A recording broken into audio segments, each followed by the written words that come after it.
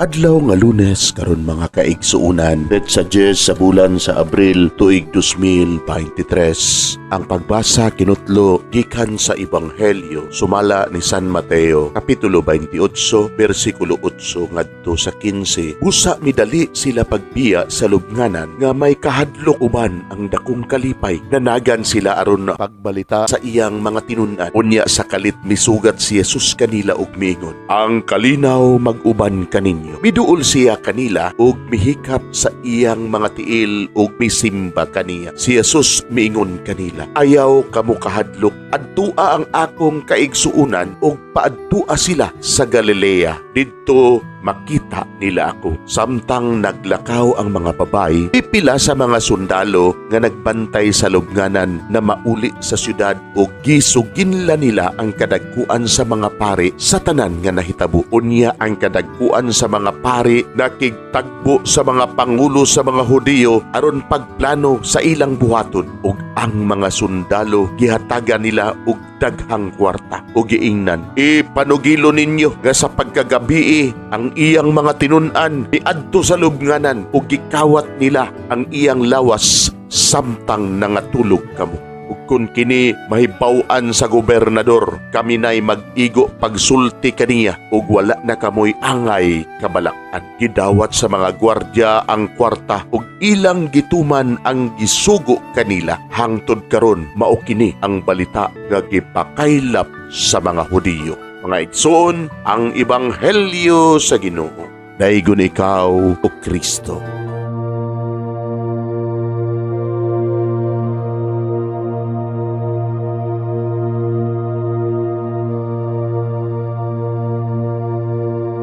Pagampo sa dili pa magsugod sa trabaho.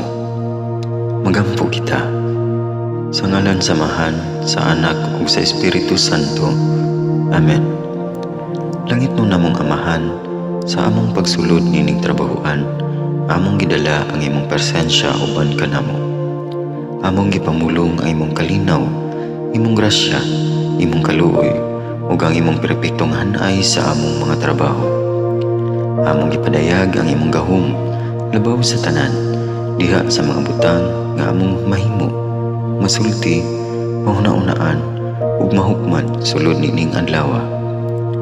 Ginoo, nagapasalamat kami sa gasa sa kinabuhi niining bagong adlaw, niining kahigayunan nga kami nakasulod sa trabaho ug mamahimong parte niining nga grupo. Salamat sa mga gasa nga imong gitugyan kanamo. Hamong gamiton kini diha sa pagimaya kanimo.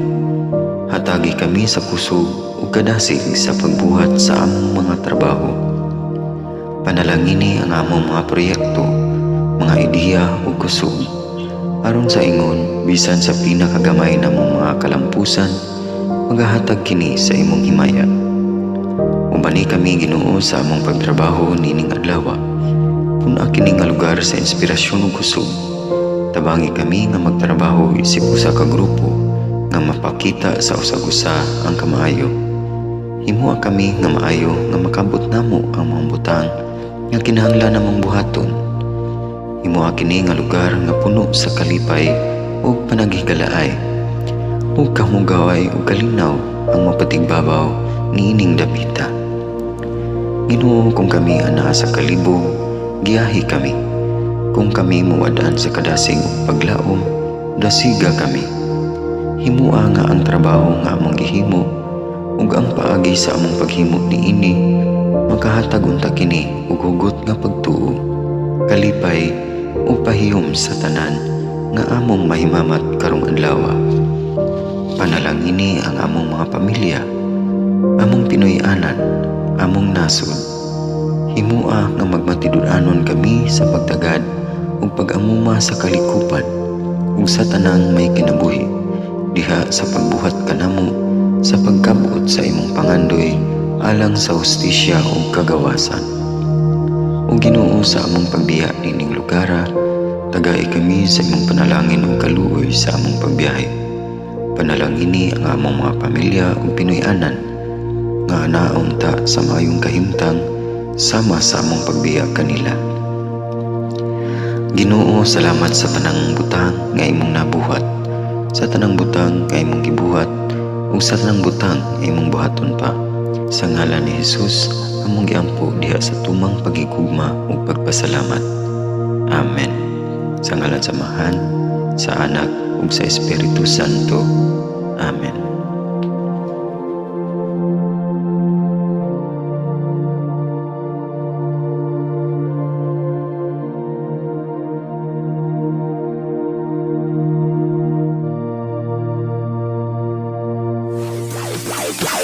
Live.